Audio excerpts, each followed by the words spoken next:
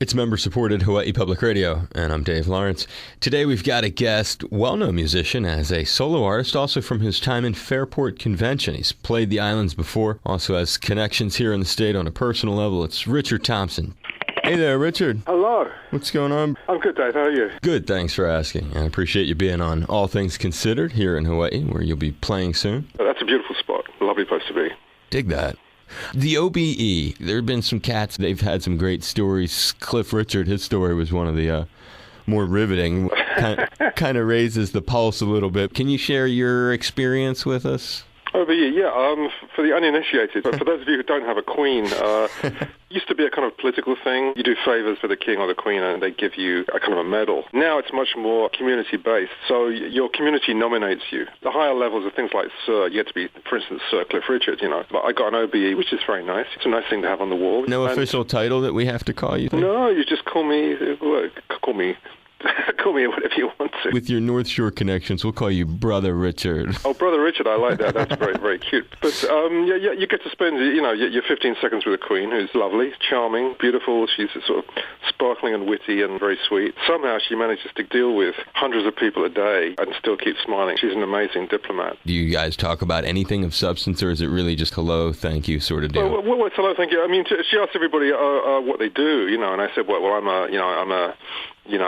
a singer and a guitar player. And she says, oh, you do both? How wonderful. And I said, well, I hope it's wonderful for the audience. She said, ha, ha, ha. And then, that's my time up right there. Oh, you do both? Yeah. Not at the same time, do you? At the same time, surely. And where is that, Buckingham? That's the Buckingham Palace, yeah. Is that your only time in that heavy-duty establishment, or what's the... Well, it's my second time, actually. I went to a kind of music industry evening there, which was great fun, because it was like Cilla Black and Shirley Bassey and all these people were there. I just had a fantastic time. The other major leaders, besides the Queen, Her Majesty, that you've had the opportunity to bump into over your years there might be who? From my lovely country? Not that many people. I mean, I try not to move in those circles. If you know Tony Blair? No, I never met Tony Blair. But apparently Cameron's a fan. He has my records. So I'm looking forward to meeting him, although we may not agree on politics. Not the Iron Lady? Not the Iron Lady, no, thank you. That's one of the things that's, you're a real endurer, and some of that really is to kind of find ways to reinvent yourself, but yet stay true to what makes you passionate. You did this thing, the 1,000 Years of Popular Music. What made you say to yourself, like, this would be a cool bit to do? A cool project. Well, the 1,000 Years of Popular Music thing started with Playboy magazine, like so many good things that come from Playboy. They were approaching various artists to give top 10 lists just for their Millennium issue, and they were asking people for their top 10 or top 20 songs of the Millennium. And I thought, they don't mean Millennium. They mean like 10 years, maybe 20 at the max. So I thought, well, I'm going to do the Millennium. I'm going to send in my list. I'm starting in 1000 AD. So I started with St. Godric, an obvious choice for 1000 AD, and worked my way slowly and inexorably through the centuries. I think I had like maybe 2 entries from the 20th century. So you researched it and then picked out tunes that, appealed to you somehow? Yeah, absolutely. And the nice thing about doing that project is that you find all these kind of hidden gems. Things get left behind by history. We just have a great time doing the research for it. I was reading a little bit about your background, just about your family and maybe where some of the stuff comes from. It sounds like you got off on the search. Your pop, he was a detective for Scotland Yard, but also a guitar player. And I think, wow, there's kind of both the influence, because you end up doing that. And then you kind of, all these years later, you like to play Mr. Detective going through 1,000 years of songwriting. He was also a history fan. There you go. Father, I probably got some of that from him. I love all that stuff. And he also had great Django Reinhardt records and Les Paul records. That was a good way to grow up. It takes a lot of courage to want to pick out music, Richard. That's that. Well, it's not you to say courage. Some would say stupidity.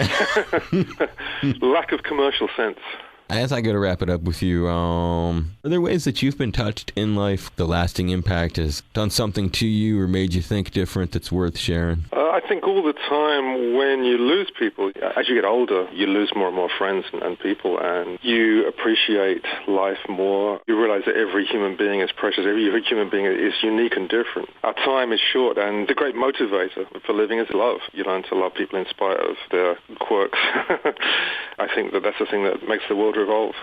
It takes the hawk out of you, makes you a lot more willing to try to see some kind of compromise with people. And I think so. It makes you humble as well. I think you have to get humbler as you get older, because you realize that you don't know anything. And I think you get smaller and smaller as well as you get older. You start off having this kind of big ego, and then that gets chipped away by life.